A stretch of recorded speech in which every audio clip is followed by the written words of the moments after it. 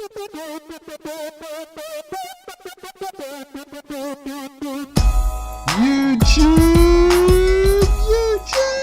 What is going on, people? It's the Red Mist LFC Ninja. We are back for the preview for Liverpool versus Arsenal at Anfield. Yes, boys! The game is soon upon us.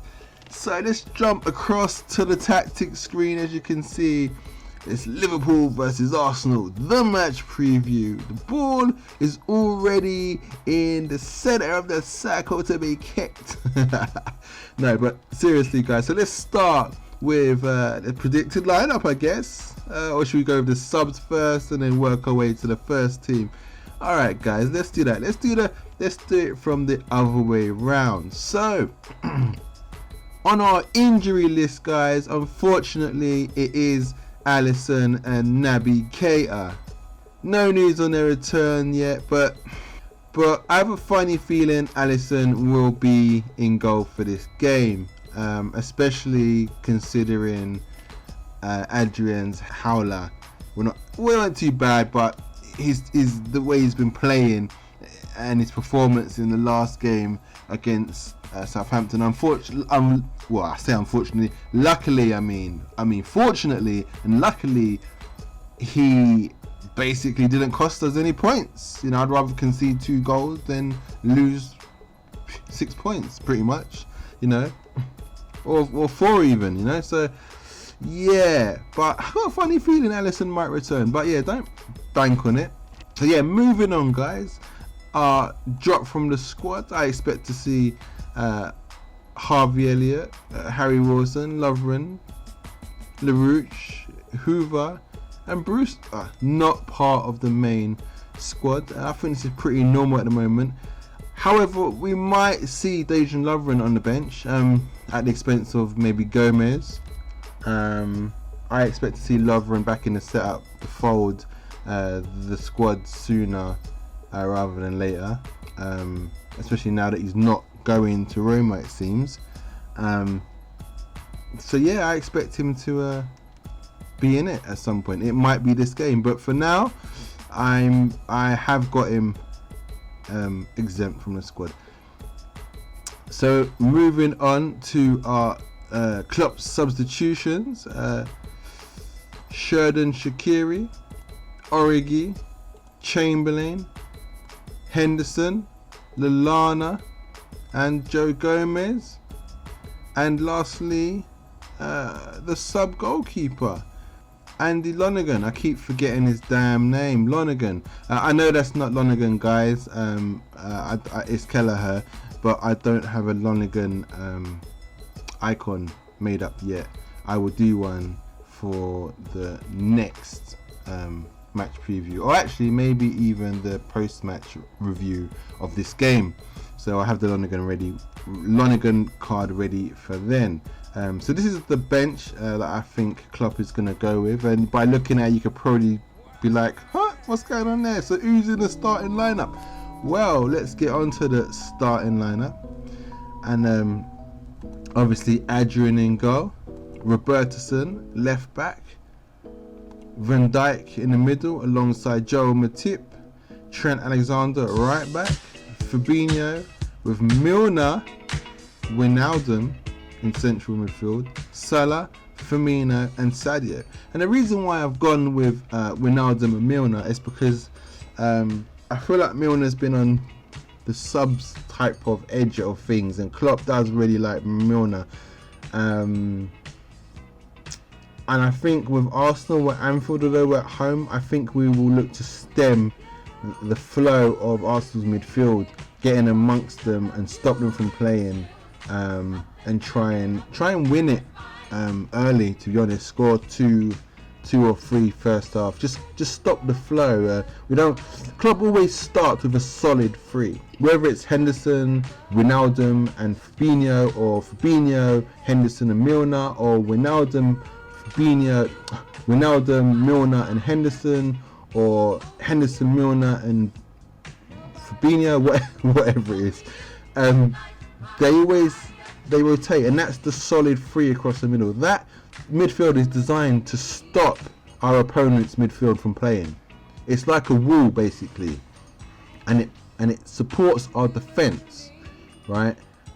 All our creativity comes from the front three and our wing backs linking with the front three. All our midfield does literally is stop their midfield from playing, right? Which grants us possession of the ball. It supports our attacking wing backs when we're covering. We need to cover. So when Robertson goes, Milner will drop back into the space here. Vice versa, when Trent goes, Wijnaldum fills in. Or if those two are forward, then Fabinho will drop in, or Fabinho will drop in here.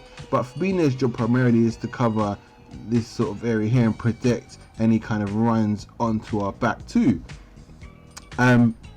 So that is predominantly what our midfield does. Our midfield isn't built to create. Like you could see Manchester City when they play Tottenham. Everyone rants and raves about KDB. When KDB plays, he weakens the midfield because he vacates his area to attack. They almost turn gung-ho in attack. And the Tottenham game, they had Gundogan, Rodri and KDB. Gundogan is just Gundogan. To me, he isn't anything special. I'm sorry. Like, he's no better than Milner. In fact, I feel like Milner offers more than Gundogan. Gundogan is just a good mover and a passer of the ball. I never see him fly into challenges, win 50-50s, and he's certainly not as fit as Milner, for sure. I don't think he participates within his team as much as Milner does with Liverpool when he's playing. I honestly believe that. Rodri, he's no Fernandinho. Fernandinho has a gift that no other DM has on earth. You can't learn what Fernandinho has. It's a gift. It's like Messi. It's like the DM version of Messi. Fernandinho just has a way of defending. You can't teach it. It's a natural, absolute natural gift. Fabinho doesn't have it. Kante doesn't have it. The way he defends is just amazing. The way he breaks up play, the way he tugs players, the way he stops play. Like, he never gets booked for it. It's absolutely just remarkable. And you cannot teach that. And Rodri does not have that. You saw the way Lamela drift through their defence. You think Fernandinho would have let that happen? Are you crazy? Rodri isn't going to be no Fernandinho. They cannot replace Fernandinho. He's irreplaceable. And Kevin De Bruyne, like I said, he vacates the area. So he leaves two players in there. And Gundogan isn't your best DM either. So I'm not surprised Tottenham got the draw. If our midfield played KDB, Rodri and Gundogan, my lord, we would have a field day. And I hope we play that midfield in the league. I really do. I really, really, really do. We'd have a field day. And Tottenham, they just about got away with a point. But I think City, putting that team out with Otamendi in defence for Stones, I feel like they was there for the taking. Otamendi is absolute dog shit. And Laporte's their best centre-back. I feel like he's better with Stones as a partner. I feel like they complement each other. And Kompany's a huge miss. And Kompany came in for key games that got them points. Kompany arguably won in the league along with Sane. Those two, not having those two, Liverpool will be champions. But anyway, I'm straying off the subject a little bit. I'm straying off the subject a lot. It's only because Man City really pissed me off. And I look at their team and I think, guys, it's not that strong. Like, call me demented or call me delusional. I just don't think it's that strong. Like, you can only have 11 players on the pitch. Like, your bench is decent. Yeah. Like, Silva is past his best now. That's why he's starting a substitution, Like, Pep sees this. So now the other Silva is starting over David Silva. He makes David Silva captain so he doesn't start making up noise about maybe leaving or not playing It's all bullshit. That's why he's made him captain. David Silva's an absolute quality player, but even when you look through David Silva's prime, he was always Spain's go-to man or substitute. He was never, when Spain were in their absolute peak era, Xavi and Iniesta, whatever.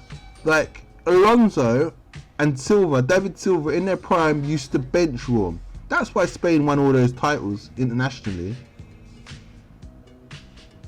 He was never as good as any of them guys. And I've never. David Silva's had one or two absolute world-class seasons, and that was when Yaya Toure was in his peak form as well for City.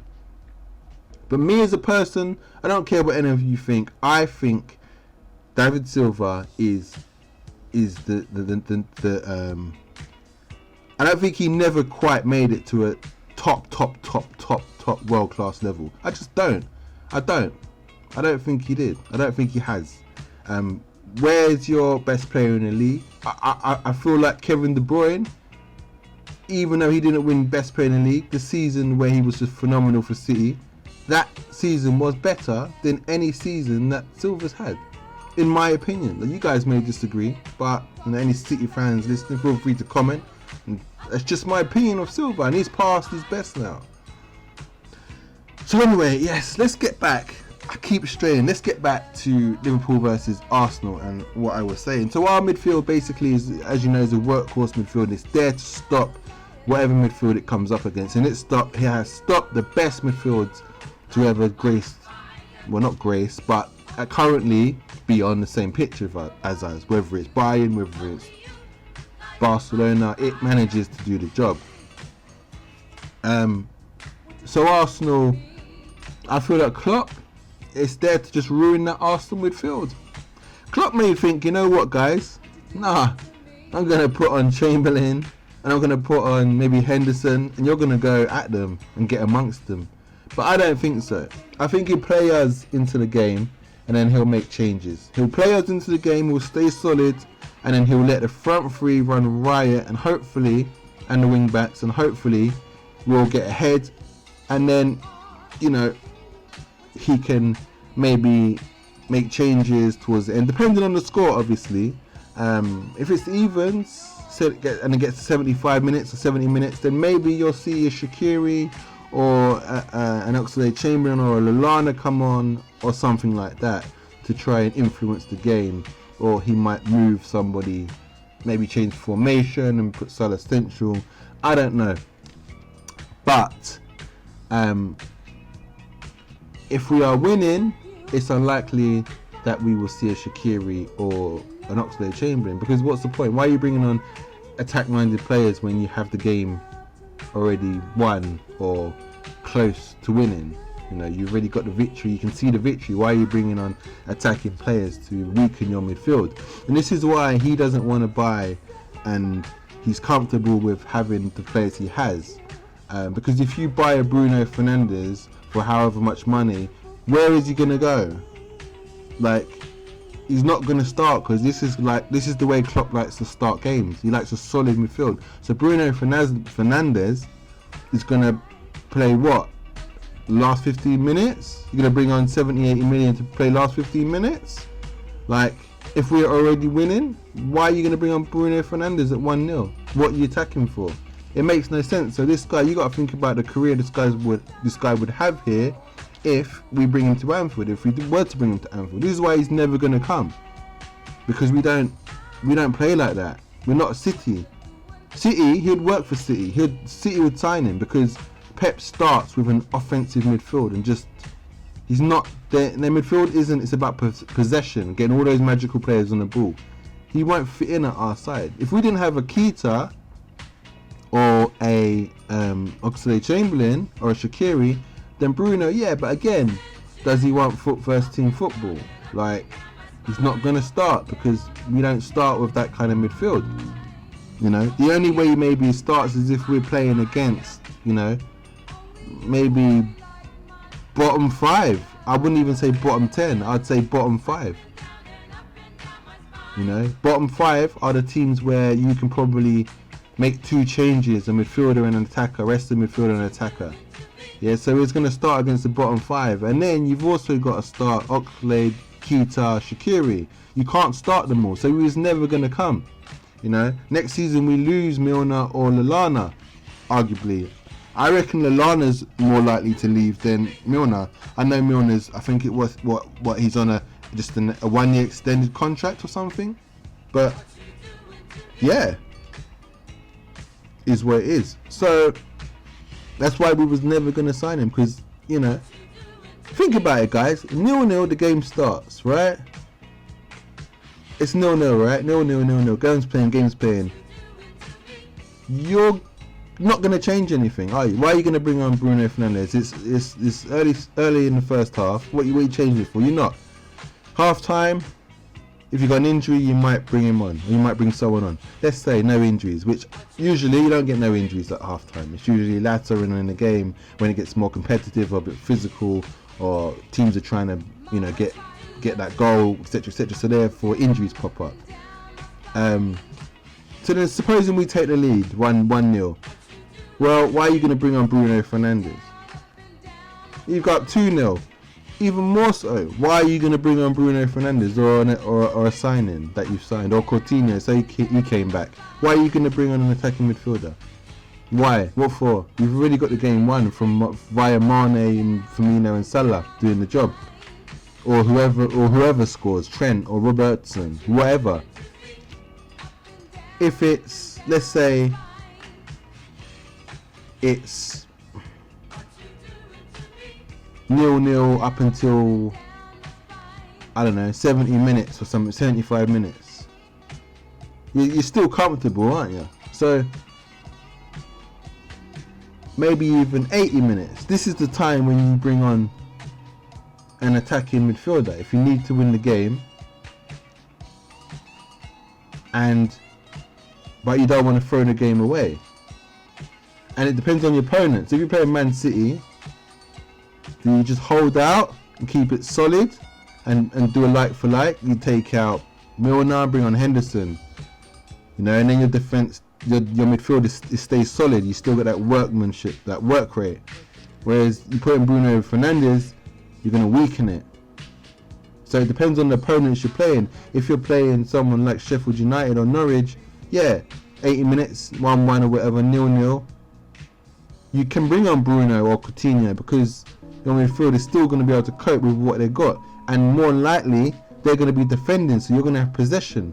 It also depends on the amount of control you have in the game as well. If you're completely dominating, then swapping a DM or one of our workhorse midfielders for an attacking midfielder is probably going to get you even more possession, because the attacking midfielder likes to make passes, but at the same time he likes to make offensive passes, which are likely to be intercepted sometimes or lose the ball and the play turns over. So therefore it could be, you know, you might not actually have the same amount of possession, because he's trying to he's trying to pierce the defense of your opposition, isn't he? So the only time you're really going to flee him on is if you're losing towards the end of the game, and even then it also depends on, like, well, no, you're generally gonna just, you know, go hell for leather. If you're losing 1-0 or 2-1, you're gonna put them on because you need to score a goal. So that's the only real time. And then you guys, gotta ask yourself, when are we ever behind around that time? 80 minutes. When are we ever behind? Hardly ever. At most we're level. So you gotta ask yourself, where are these 80 million players, 80 million pound players gonna fit in and get game time in our side? Because we don't play like that, so they're not gonna get game time. They was never gonna turn up. They was never gonna come to Anfield. They was never gonna. And that is the reason why I never thought we was gonna bring any signings in. And that is the reason why I feel like Klopp may well go with this midfield against Arsenal, because he likes them to shut out our opposition's midfield, and let Mane, Salah and Firmino do the thing, like I said before. So yes, guys, it'd be interesting to see the Arsenal starting lineup against us. I think Pepe is going to start. I think Aubameyang and Lacazette are going to start. I mean, it's dangerous, but I'm not. I feel like Van Dijk can wrap up Aubameyang. I think Aubameyang is best off playing on Matip, but then you've got Trent to keep around that speed. Try and match him up. Matip isn't even the slowest. But Aubameyang is best off playing against Matip. I feel like we're gonna dominate the game pretty much and control it. I think we're gonna go in with champion minds. I think Arsenal are gonna come not expecting to get anything. I think they're gonna work hard. I think we're gonna beat them. I do, guys. I think we're gonna beat them. And that's just what I think. I don't know if it's gonna be 4-0. I'd love it to be 4-0 again or 5-1. I think it's going to be more of like a 3-1 or a 4-2, something like that. Adrian, our defense could be absolutely amazing because of the fact we know we don't have Alisson in goal, and that could work in our favour. At the same time, we could go 2-0 up or 3-0 up and get complacent, and then they pick one off like Norwich did, and because they have a bit more quality, they get it back to 3-2, and then we score on 4-2, or it could just be a game that we just about get through, like a really weird 3-2 win or 2-1, and we're hanging on because that's the way we've been playing. I'd love to see a nice solid performance like last time at Anfield. The only other thing I'd say also, guys, is that now City have dropped points. We are hungry to keep the league. The league. Can you hear me? I'm thinking about that Premier League title already. We're hungry to keep that 2-point gap that we have now over City. So we're going into this game not only with a comfortable, a good, well-earned 3 points over Southampton, the Super Cup confidence. We're now going on it knowing that we have a gap over City, and we need to win to re-establish the gap, keep the gap the same, because they're going to beat Bournemouth. They give Bournemouth a slapping. City will. So it's extra enthusiasm for us against Arsenal, and I feel like that little bit of enthusiasm will push us past Arsenal and get us the win, without a doubt. So my score, and I'm probably going to contradict everything I've just said, but I don't think Arsenal are going to score. No, fuck it. Arsenal aren't going to score. It's going to be a comfortable 3-0. Thanks for coming. Result. Decent, very decent to strong performance from us. My goal scorers, I'm going to go with Mane 2, and I'm going to go with Salah 1. This is my starting lineup: Adrian, Matip, Van Dijk, Robertson, Trent Alexander-Arnold, Fabinho, James Milner, Wijnaldum, Salah, Firmino, Mane. I think we're gonna possibly see an introduction of maybe Ox or Henderson for Milner at some point, but I expect that to be the only change, maybe around a 65, something like that, 60 minutes, something like that. Man of the match will obviously have to be Mane. He loves Arsenal at the moment. So does Salah, to be honest. It's a really difficult one. So yeah, guys, I'm gonna go with Mane for man of the match for sure. Score 3-0.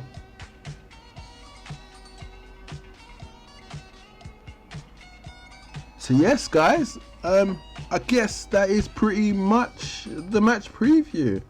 And my team, wondering if I've missed anything. If you want to ask any questions, jump in the comments. Any way I can improve the channel, jump in the comments. I'm on Twitter. Follow me on Twitter. I'll post this out on Twitter as well. If you're coming from Twitter and you've come across my page, like, it'd be nice. Follow me on Twitter. I'm just voicing my opinion. Like I said before, some of my other videos, I don't really get the time to go out to bars and speak to people and see people these days. I've got a close-knit little friend, little circle of friends. I can't always go up to Anfield. Keep an eye out for me if you do go Anfield though, because you will see the red mist mask and my Liverpool shirt. You'll know it's me. So keep an eye out for that. Sometimes I'm at Anfield, just look around, innit? See if you can see me in the crowd. I'm there sometimes. And London games also, as you know. I used to live in Liverpool, but I'm been in London all my life. I was there a short while, hence the reason why I support Liverpool initially. So yes guys, it's that time. Roll on Saturday afternoon, evening. No, it's the evening kickoff, isn't it? So guys, I've been the Red Mist, LFC Ninja. We will see you soon. Let's do this, people.